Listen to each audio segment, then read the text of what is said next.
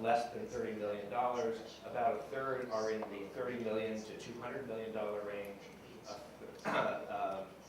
And the remainder are between 200 million and 1.5 billion US dollars. So we refer to these as large firms, and this group here as small and medium business, and these are small. More than half are engineers and architects.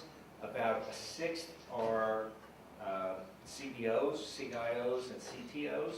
But we have to keep in mind that most of those CIOs, CEOs, and CTOs are coming from this smaller sector here. And about 2/3 are daily users of CAD. And it is a survey that is global in scope and crosses most industry sectors that we deal with. The manufacturing sectors shown in blue, AEC sectors, as well as business services, life sciences, and others.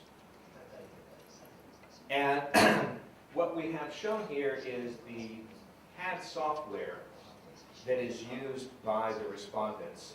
And the only ones that we have here are those where the numbers are large enough that, that we can actually have a valid result when we look at the detail on it. But the very important piece that I need to say here is that the numbers that you see here represent the people who responded to the survey. They do not represent market share. What this means is we had a higher response from SolidWorks users than we did from Pro-E users.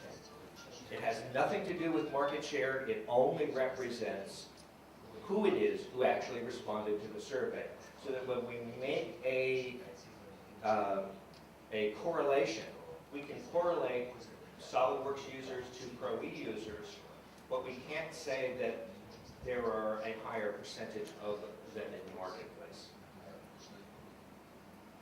Again, this is the context that we have to take for the data that we have.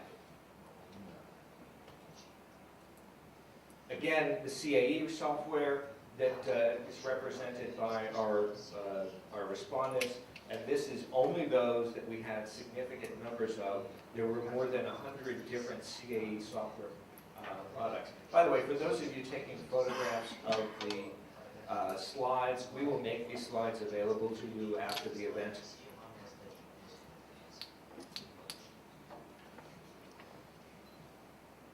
And the participants had a wide range of roles in the acquisition process. So they, the green represents those that are in the funding process, the blue that take part in the decision-making process. We have those that are advisory to the decision-making process, and a small number, 10%, were not involved in the decision-making process at all. So, one of the things that we looked at first and that we've been tracking over time is how often firms refresh hardware. How long do they hold on to it? And what we have here are less than 1 year, 1 to 2 years, 2 to 3 years, 3 to 4 years, 4 years or more, or till it breaks is that top mark. And what we saw a year ago in an earlier survey was that the median for purchased desktops globally was about 2 to 3 years. That is, most firms globally were giving new hardware to their designer and engineers every 2 or 3 years.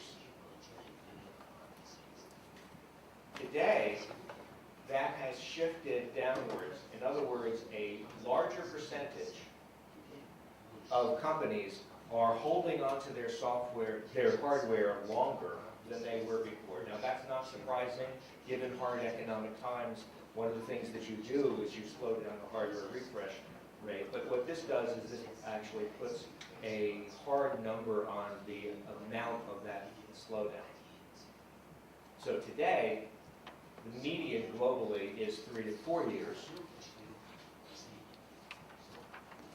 or purchase desktops. And the other columns here are for laptops, high-performance computing, other shared resources, and hardware on lease.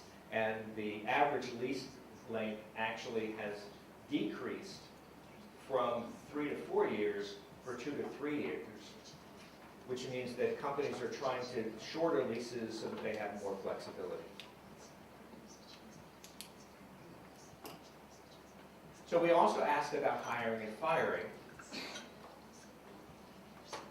And one of the things that we saw was a surprisingly positive result. In January, 40% of the firms that we talked to were going to experience hiring in the design and engineering portions of their firms, 25% in manufacturing. When we revisited this in the July survey, what we saw was all of the numbers remained stable except for manufacturing. When manufacturing had a significant increase from 25% of the firms planning on hiring to 40% of the firms planning on hiring. And we see this as a leading indicator of better economic times. We also looked at how much firms are expecting to spend on software. And I'll explain this graph. We have, this gray is there's not going to be any change. The green sections ranging from 0 to 5%, 5 to 10, 10 to 15, 15 to 25, 25 to 50, and more than 50% are how much spending is expected to increase. And the red are the percentage of firms with that percentage of decrease. And as you can see, as we move forward through time, the expectation is that there will be a significant increase in software spending and a decrease of the percentage of firms that are experiencing or expecting cutting. Now, that's interesting in and of itself, but it's more interesting when we start looking at specific products. So the way to read this is customers with inventor software or respondents with inventor software plan on cutting their expenditure by 3% in the first half of this year. That's something that we've experienced, and less in the second half, and then start to increase. This is a straight line increase moving forward. Pro engineer, the numbers are continuously upwards. I don't know what this spike is on solid edge users. That's worth investigating. And again, SolidWorks users are experiencing the same scale of software increase. When we go and look at the specialized MCAD dealers, customers, we see some interesting numbers. And so we went to look a little bit closer at those numbers to see what they're made of. And customers or respondents with CATIA V4, every single one of the respondents with V4 also had V5. So respondents with V4 and V5 expected essentially flat or declining revenue or spending for software. But those with CATIA who do not have CATIA V4 were expecting significant increase in spending. What was really interesting, though, is when we look at the NX side, the customers with NX, that picture looks good and fairly normal. But the numbers here were very big, and the sample size was significant enough that we feel that this is reliable data. And so what that says is, and I need to say this carefully, customers who have software before NX, that is SDRC ideas and Unigraphics, who have not yet upgraded to NX, are planning on spending significantly more over the next couple of years than they have in the past. My interpretation of that is that they're going to be making a decision to transition and upgrade from their existing solution near term.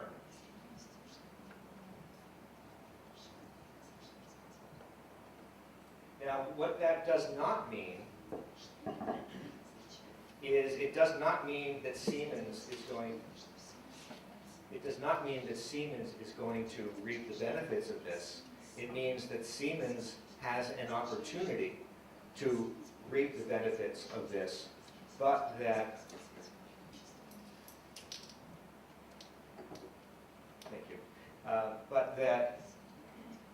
that revenue might be spent somewhere else, and attention needs to be paid very closely to those customers. Thank you.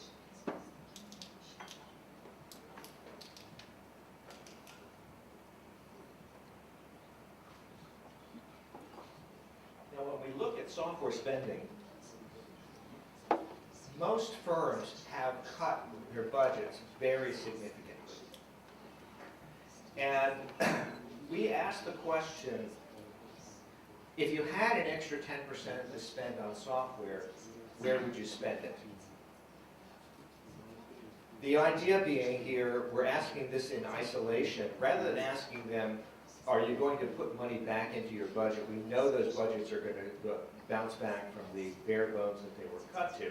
But we want to understand what their underlying priorities are. If they had the opportunity to rethink their budget recapture, where would they put it? That doesn't mean it will go there, but this is their expectation of where they think it would go. And I will read these to you. We have in orange software upgrades and additional software maintenance. In blue, extra capability in simulation and in kinematics. We have additional seats of software that is to make for more people, collaboration software, visualization software, customer relationship management, software for early design analysis, requirements analysis software, and extra capability in schematic design. So we allowed them to take that 10% of their budget and allocate it or distribute it based on their intensity of preference, and this is what we saw. 18% would spend it on becoming current and getting software upgrades. 16% on extra capability and simulation. 15% allowing the software to be used by more people, or extra seats. And 11% software for early design analysis. Now, if we take that and group those, upgrades and maintenance was by far the most important or the largest allocation of budget, followed closely by analysis and tools for upfront design. And tools for upfront design is an interesting arena, and it's not an area where we had expected to see such a large uptick. And for us, it means that these people are thinking proactively. Now, we asked a corollary to this, and that is, software is not the only part of design and engineering budget. If you look at the overall budget for design and engineering, and you had an extra 10% spend, in your opinion, where should the company be spending the money? Not where would it, but where is the need? Where should it be spent? And we gave them these choices: training and education, adding people, documenting and improving workflow and processes, more software tools, better manufacturing, quality control, and logistics. And this is what we saw. As expected, training and education was the #1 allocation. But what we believed but didn't expect to see was the strong allocation to documenting and improving workflow and processes. In other words, the customers recognize the need that workflow and process is very much